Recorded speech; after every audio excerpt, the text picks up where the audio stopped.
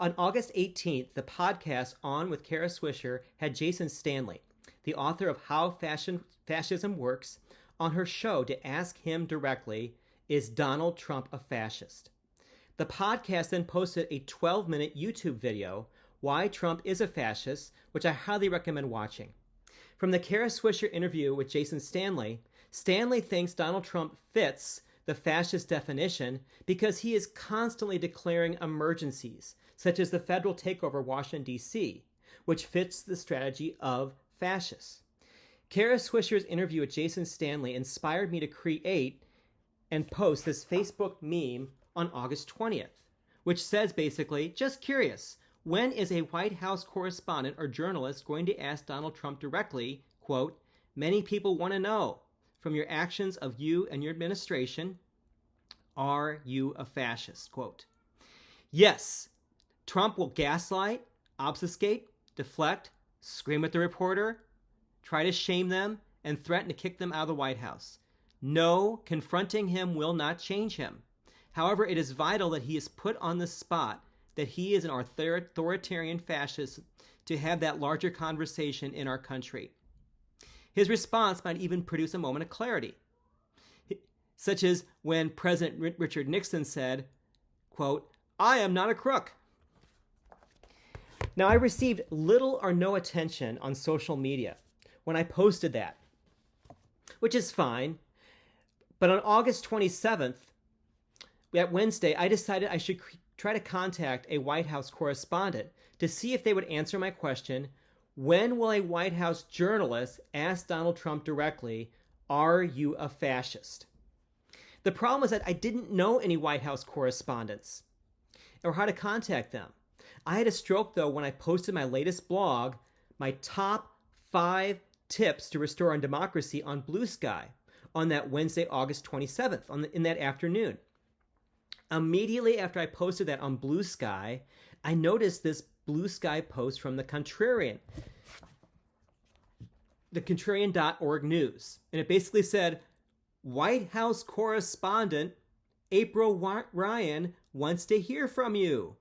Call in with your questions and comments, and she'll read them live on the T on Thursday, August 28th at 5 p.m. Call her at 202-240-8617.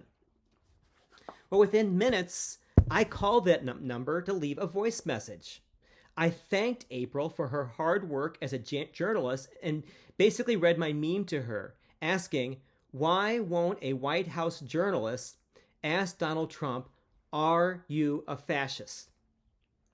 I plan to watch the T when it was streamed live on YouTube on Thursday, August 28th at 5 p.m. However, I spent all day creating my own YouTube video, my top 5 tips on how to restore our democracy. So on that Thursday evening, I clicked on the YouTube video of the T to check to see if April had answered my question. Now, I had no idea if she would respond. Maybe she had received thousands of voice messages with more compelling questions than mine. I had a feeling, though, that she might just answer my question on the air. So I listened to April's interviews with the president of the Chicago's Teachers Union, Stacey Davis Gates, and former Philadelphia Mayor Michael Nutter. April primarily asked them about Trump's federal takeover of Washington, D.C. and how it impacted our democracy. And after these interviews concluded 1 hour into the live stream, April said, before we go, we have a message from someone who wants to speak. Let's hear from him. To my delight, my entire voice message was then played live. April was pleased and had a big smile when I complimented her on her hard work as a reporter and as a White House correspondent. She laughed at the audacity of my question, inquiring if a reporter should ask Trump if he is a fascist. Due to the threat of copyright infringement, I can't post a video clip of April's response. She took several minutes to give a thoughtful response to my question. She replied, she said, let me say this. A lot of people go into that room are journalists, commentators, and opinion people. But a lot of these people are loyal to the administration. Yes, there are journalists, I guess, as well as commentator and opinion people. She noted that she is not allowed to go back in there in the White House press because she's being retaliated against. For instance, she boldly asked Donald question. She shot a question to him in 2017 if he is a racist.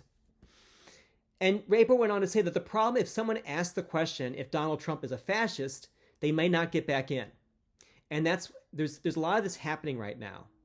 She remarked that we're not going to have those hard-hitting questions of Press Secretary Caroline Leavitt or the president on a continual basis, unfortunately.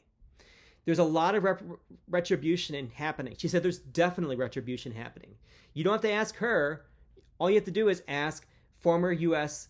National Security Advisor John Bolton. The FBI, for instance, raided his house on August 22nd.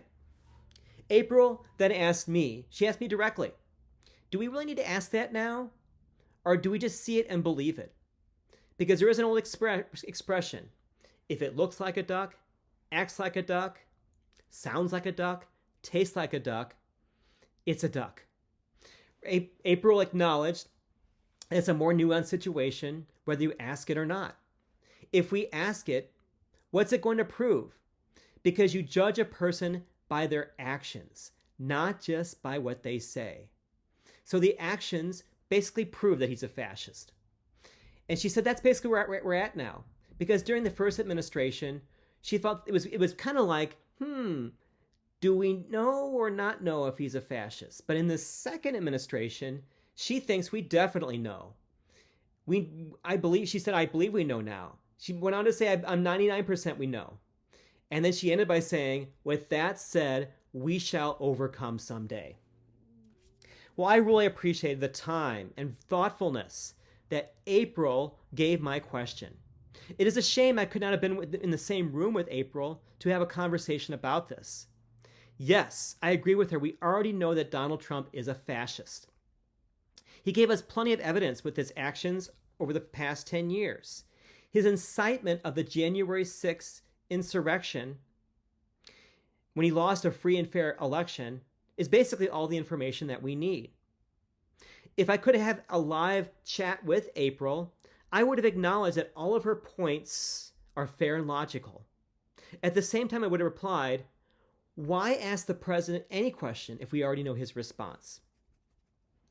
My understanding is that the White House press asked the president a question to get his answer on record on a particular topic, such as, or even more, White House correspondents know that the American people want answers from the president on a specific subject, such as, is Donald Trump trying to hide the Jeffrey Epstein files? Of course, Donald Trump is going to say that it's a hoax and he's not trying to hide the Epstein files, as he did today on September 3rd. The issue is Donald Trump's involvement with Jeffrey Epstein's sex trafficking of underage women still seems murky and unanswered. This is why we have a White House press to hold the President of the United States accountable when he does not want to answer inconvenient questions.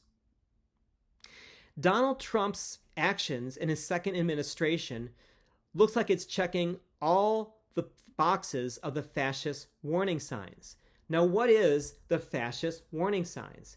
I had never heard of the fascist warning signs until I traveled to Washington, D.C. in the third week of July. I was there in Washington, D.C. to attend the Citizens Climate Lobby Conference and Lobby Day. And so my plane landed in Washington National Airport on Saturday, July 19th. I then took the D.C. Metro from the airport and I stopped at Union Station before visiting my friends in Maryland. And when I stopped at Union Station, right in front of Union Station, there was a tent, I believe that was organized by Veterans for Peace. And they had this sign up, which I took a picture of, which is basically the fascism warning signs.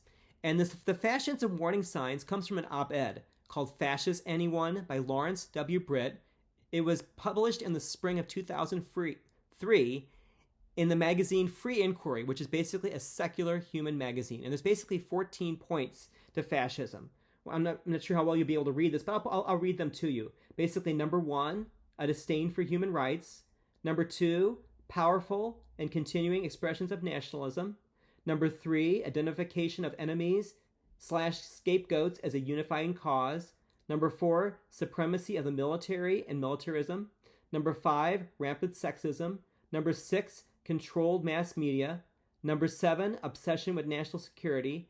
Number 8, religion and ruling elite tied together. Number 9, power of corporations protected. Number 10, power of labor suppressed or eliminated. Number 11, disdain and suppression of intellectuals and the arts.